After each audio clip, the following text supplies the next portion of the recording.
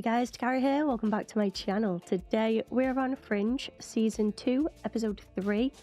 Last one we had Olivia going to Sam Weiss for the first time. So I'm looking forward to seeing how that dynamic progresses and what she'll learn through him. And maybe how that incorporates Nina a little bit more into Olivia's circle. I'm still intrigued as well by William Bell and that whole thing that happened there when Olivia seen him for the first time. And yeah, if Peter is going to find out the truth from Walter or anybody else. Yeah, there's so much going on in the show and I'm loving it so much. So without further ado, let's roll that intro and see what this episode has to offer. Here we go.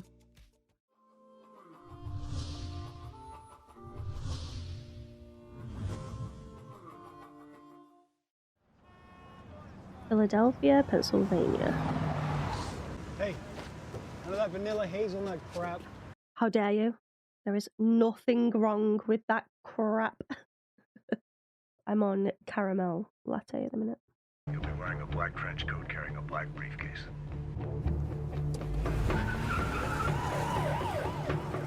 Don't ask me seriously for the last time. Where are...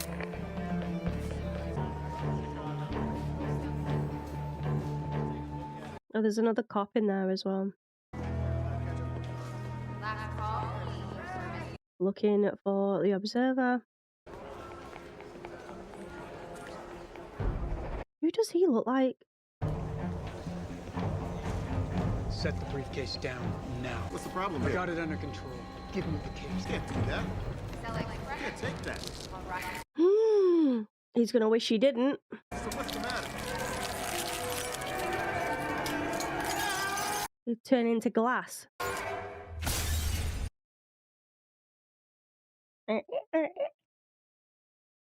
A lot of people witnessed that then. Oh, she's still here. Or here again. Oh, the shakes have started. Don't think about your hands, don't think about the laces. What exactly did you do for Nina Sharp? I prefer the bunny ears method to the one loop wrap. That's an awful method. Sorry, Sam, but it's a no from me. You sleeping at night? No, I'm not. Is he talking to me right now? Your eyes, pale skin. He could be talking to me right now. And you say the headaches haven't started yet? No. Let me know when they do. He's got a really calming voice. I like it. Come back tomorrow, Agent Dunham. We got work to do. All right, how about this one? 2-bedroom, 2-bath loft in Oak Square. Oh, they're looking for a place together. I'm perfectly happy with our present accommodations. Well, I'm not, Walter. Is that coffee? I woke up this morning to him singing an aria from Pagliacci. Your father has a wonderful voice. Not when he's doing jumping jacks. And did I mention he was naked? Walter, why are you naked? How's a bomb go off without leaving any trace of it afterwards? Shall I get my coat, Peter? Look how excited he looks by it. Get my portable chemistry set. This means bodies. She's so used to him now at this point. So what about eyewitnesses? I've got half a dozen eyewitnesses, but nobody who saw anything helpful. How? How do they not see anything? Sir, do you have a badge? Oh, I don't have a badge. Do you? What is it? Shrapnel, I believe, from the bomb. Hard as a diamond. Walter, please. Salty. Silica, I guess. Again, how is he not constantly sick? If that's all right with you, miss. Thank you. A little wink. Similar to The Expanse with the whole crystal thing. Agent Dunham. Daddy Broyles. Mr. Broyles. Apologies. Is that an ear? I think Walter might have just found Officer Gillespie. So gross. This show does a lot of gross. The texture, whatever it is that he just grabbed. Yeah, that was something. So I always wanted to be a part of forensics, but realistically, I just don't think I could hack it. It occurs to me, Agent Farnsworth, that I've never asked you where you live. Where I live? Yeah. Look how happy she is that he's taken an interest. I turned the wrong way in the street and discovered that Busby's. That's the world's best apple fritters. You really should try them. They're quite delicious. Brain.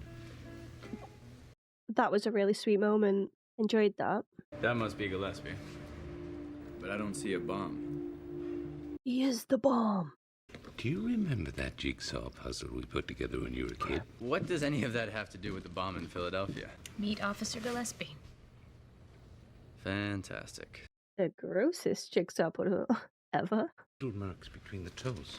Oh, tell me we don't have to look at the From his tissues, it appears to cause a chemical reaction on the cellular level. This way, there's no need to smuggle in an explosive device because Officer Gillespie was the bomb. Was he on any medication or under any sort of medical care? No, Dan was healthy. Didn't want to drink anyway. But of course Peter notices it. Excuse me, do you have a bathroom that I could use? Yes, down the hall. Oh, so when he said headaches, he didn't mean just a headache. This is where she sees William Bell, I think.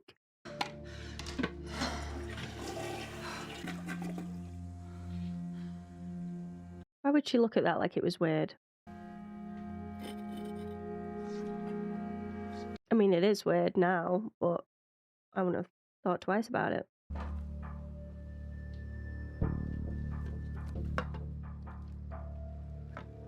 I guess the needle marks were caused by whatever fluid. Yep. The headache. Did the doctor say that would happen? They might. That it was totally normal. Don't you lie to him. Maybe you can figure out where those vials came from. Oh, and he knows it was a lie. That's hurt him, that. Are you going to be injecting yourself?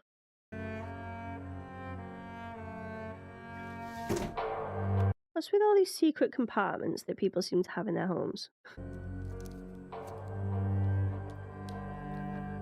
Right, where's this one going then? Oh!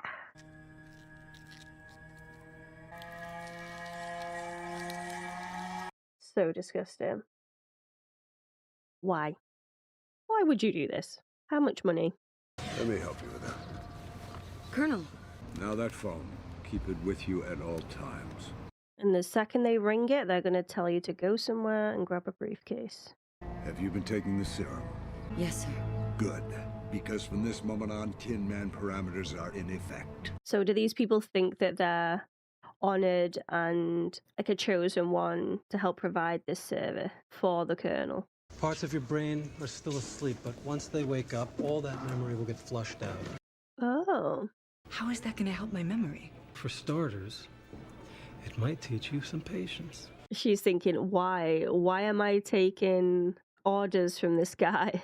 Some sort of trigger causes these bonds to blast apart. Do we have to eat over the body, guys? If you're going to eat that cheeseburger in here, could you at least be a little discreet?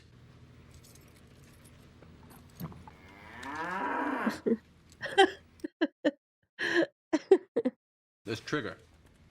Could it be a radio wave? There's some sort of interference on the security tapes inside the train station, most likely caused by radio waves. His whole unit was exposed to cyanogen. According to this file, Gillespie should have died in Iraq. Along with Iraqi doctors who worked on the program. Where are they? CENTCOM has agreed to look for them, but it may take a few weeks to track any of them down. I may be able to help. You know a guy? I know somebody who could help us find those doctors. He knows a guy. I'm still on a couple of watch lists. Then you're going to need a federal agent with you as well. Olivia. You ready for this? Baghdad, here we come. We're going to get some nice quality time, just the two of them. Olivia, is my ship setting sail? You're the one with a gun. This is a local shop for local people. They stick out like sore thumbs, don't they? Assalamu alaikum. Oh, you can speak Arabic though. Fair play. تعبتك تحكي عربي? شوي. مش كتيرة. منيح. In that case, we speak English. Olivia, you're full of surprises, my girl. I need to find one of the Iraqi doctors who was working on that program. A person like you is good at looking out for yourself. Sees him as selfish. A lot of innocent lives may be on the line. And this is something you care about now. Yes, I do. Care about now. What are the names of these doctors? Have some tea. I will see what I can do. Thank you. That was tense for him. He's... Yes, please do. No.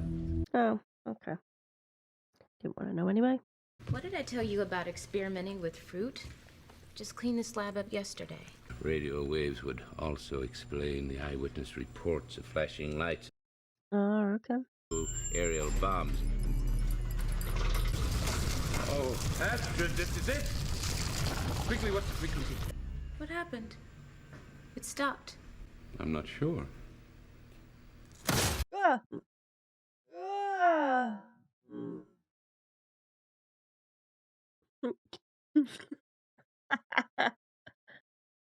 Oh, Jesus. Red Russian? Yeah, mint tea and vodka. Ew. Seems like you made a name for yourself. Yeah, one that you're not proud of. Left an impression on me, I'll give you that much. Ew. Sorry. That was quick. Didn't even finish the Red Russians. Oh, that fruit looks amazing. We were hoping to ask you some questions about a program that you worked on. A program called Tin Man? No, I do not know anything about this. Your reaction is saying otherwise, my guy. معلش يا دكتور. كمان يكونوا مسؤولين. Over the course of the program, there were 3 others. Do you remember their name? There was John Klump, Ross Kavanagh, and Diane Burgess. Hello, Diane. Suitcase is at the front door. Sure you don't want me to drive you to the airport? Saying goodbye to his son. Oh, I can't. They turned people into bombs. Yes. If someone is triggering these people to explode, it could be anyone. There was a man, Colonel. Yes. Colonel Raymond Gordon. Shukran, Doctor. A word of warning. Gordon is a vicious man. Daughter, sorry. I was coughing during that scene.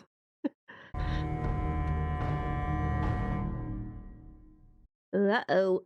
Based on our investigation, likely there is a second suspect controlling detonation from a remote location. Raymond. Colonel Raymond Gordon. The Pentagon lost contact with Colonel Gordon 6 months ago. He is being used in a suicide bombing, which means that she is also a potential victim here. It's too late, isn't it? The Colonel wants Miss Burgess inside the building, then in order to trigger the explosion, he must be inside as well. This could be our only chance to find Gordon and apprehend him. Target is about to enter the station.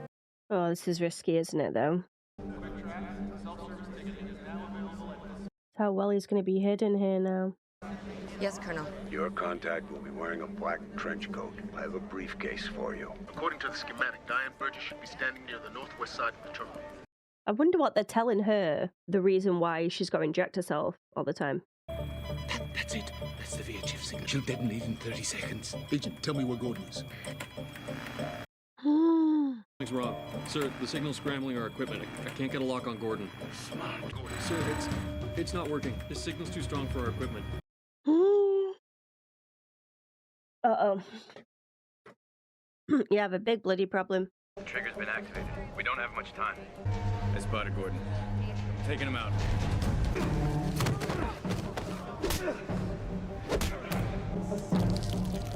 Well, her arm's going to explode. A bit better than her entire body, like.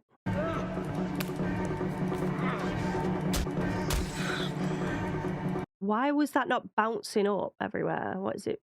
Made of lead? The signal has stopped. All agents, move in.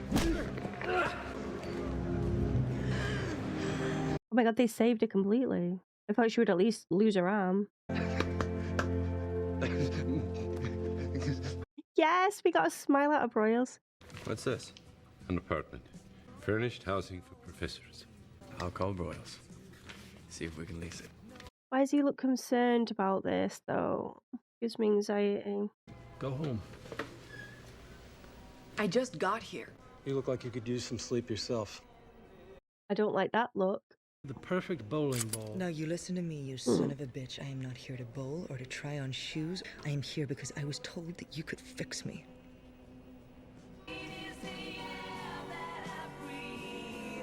She's not got a cane. Take care, Agent Dunham. Oh, he's good. He is good. Oh, I got chills off that. What was in the briefcase? Nothing. I told them what I'm telling you. That they are here. They've been passing information via courier. Right under our noses. So that's what he wanted to detonate the bombs for, to kill these people, passing the information around. They want to exterminate us, so they are studying us, our culture, our technology, our science. The Observer. We'll find out who they are. But by then, I suppose it won't really matter. Yeah. Second he did that to his food, I was like, it's The Observer.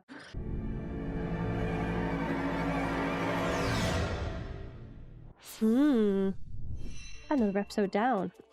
What a shocker. Another really good one. And there's quite a few points that I want to make on this one. First being Olivia and Sam. So I can't blame Olivia for sort of losing her patience a little bit and wanting things to speed up. Just wanted answers straight away. Like, I can't blame her for that, because if you look at it from her point of view, Nina's just thrown a name in the mix and said, well, he can fix you. And when Olivia's met up with Sam, I think that it's just wrapped in mystery and very Yoda-esque. And it's obviously frustrating her. But him asking about the headaches and her saying, no, I've got no headaches, to her then getting those headaches and being like, okay, so he knew that was coming. He obviously has a lot of knowledge. Like, I need to go to this guy, I need to find out more. And then for him to not just provide a bunch of information for her, put her mind at ease, fix her instantly or whatever, she's got frustrated. But again, from Sam's point of view, it's like, no, I'm doing my bits. This cannot be rushed. And I am helping. I mean, she doesn't need a cane now.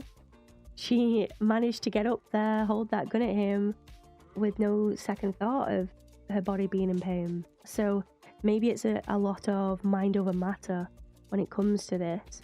And if Olivia believes that she's okay, then she will be okay. Obviously, it's a lot more complex than that. Like Sam said, her getting these headaches and having these visions, it's all of those memories flooding back, and it can be painful to go through. But Olivia wants all of those memories coming back to the surface. She wants to know what happened in that chunk of time that is just in a void for her right now. When she was in the lift, that reminded me of when she went into the lift to go and see William Bell. So I'm wanting all of these memories to come back to her, just so I have more clarity on what actually went down. Obviously, at the end of season 1, she had that almost accident. And then the beginning of season 2, she has an accident. The end of season 1, she meets William Bell. Beginning of season 2, she has no memory of meeting William Bell. She then has the headaches and then a flash, and I'm pretty sure it was William Bell's voice, right? That she heard. The thing that still bothers me right now is the Greek. When she woke up, she was spouting Greek that linked to Peter and Peter's mum. So I was like, that's an interesting connection. Haven't heard a single thing from that yet. We didn't see anything of faux Charlie or charlatan, as Katie has coined him. We're not further ahead when it comes to the shapeshifters, and we still don't know what his plan is, what his orders are to get Olivia to remember everything, but they're pressed for time from what I can gather. And now through this episode, we know that the observers are taking in all of this information, observing the world and collecting all of the data to then, I don't know, pass it on to someone that this colonel believes shouldn't have. And he's thinking that they're like, oh, he's crazy, he's this, he's that. And to me, I'm just like, well, you're giving crazy vibes, okay? You're forcing people to inject themselves to then blow them up for your own personal gain. Definitely crazy is there. So whether Broyles will get any more information out of this guy or not, I don't know. But I'm glad that he's at least caught. He can't be blowing anyone else up. Also, I'm really relieved that Diane was saved and she can be returned to her family, and she definitely had no idea that she was going to get blown up in that situation. She believed she was working for someone that she could trust, and he was definitely going to stab her in the back and blow her ass up. So, yeah. Another thing I wanted to touch upon in this one was the Astrid and Walter scene. I just found it so lovely, and it was just so pure. It's nice that we got to know a little bit more about Astrid as well. She's been there from the beginning, but we know very little about her. And when she has these little moments with Walter, it just really warms my heart. And they have come very far from not remembering her name at all to confiding in her. And I do think that it's helped Walter as well. So they're going ahead with this housing for professors, and he seems quite concerned about it. I don't know why yet. Maybe it's because that allows a bit more, what's the word, solidity maybe to the life that they're living now. And if they do get comfortable with life and they're in each other's company all the time, maybe then Walter will feel that pressure to admit to Peter that he is from a different universe or dimension. I never know what to say. I did also like when Walter brought up the puzzle from their childhood, because every time he brings up a memory, I'm like, is he going to remember that? And vice versa, when Peter says something, I'm like, is Walter going to remember that? Because I just don't know if it's going to be before he was stolen, after he was stolen, if the alternate versions of themselves repeated said task in both dimensions. So the memory to them is real, but it wasn't physically them in each one. Oh my god, it gets confusing, but in my head, I know what I mean. I'm finding it hard to explain myself, but it could get really, really complex. We didn't see Miss Markle in this one, but I'm assuming she's still going to be around. Same with Nina. We didn't see Nina in this. Always love seeing Broyles. A lot of the time, he's just like, oh, what do you want me to do now? What do my children need from me today? And he just provides. And he's just the best. And yeah, big fan. Please don't make me regret loving you, Broyles. Please don't betray. Don't betray us, please. Yeah, enjoyed that episode. Excited to see what the next one brings as well. If you enjoyed this one, let me know in the comments your favorite part, and maybe give the video a like if you did enjoy it. Thank you so much for watching, guys. I want to give a massive shout out to all my members and a special one to my sponsors in that market chain tier, keeping the content alive. You guys are amazing. I'm very fortunate to have you, and can't thank you enough for all that you do. Okay, guys, I will leave it there, and I hope to see you for the next one. Goodbye for now. And before we completely sign off, let's quickly take a comment from the DAC pack. And today I've chosen Fed AM. They say, very nice catch there, DAC, with Charlie calling her Olivia and not Liv. Not my favourite case of the week, but when is an episode of Fringe not brilliant? Ugh, you're telling me. And I am truly so happy I've found a reactor that gushes over Peter as much as I do. You just gotta love that man. Preach it. Preaching to the choir, my friend. I think Peter is absolutely fantastic. And seeing him in this episode in 203 as well, and seeing him in Iraq and around people that knew an older version of the one we're getting right now, I think that's really telling. And you can see that he has grown a lot since, you know, reuniting with Walter and starting up with Olivia and the FBI and all of that jazz. You can see that in him. And I think a part of him is ashamed of maybe some of the decisions that he's made in the past. And yeah, hopefully the impressions that he mentioned help him rather than hinder him, for sure, the impressions that he's made in his past. So yeah, it's easy to gush over Peter because he's a very interesting character and easy on the eyes, let's be honest, guys.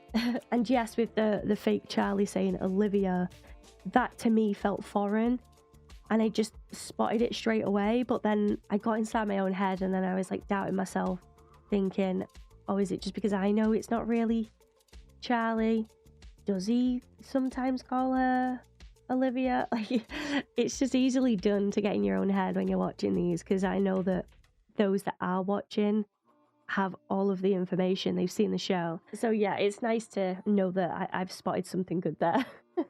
So thank you, FedAM, for watching and for leaving your comments. I appreciate it more than you know. And don't forget, guys, if you want to see one of your comments at the end of these videos, don't forget to leave them in the comment section below, and who knows, maybe yours will be next. But until next time, goodbye for now.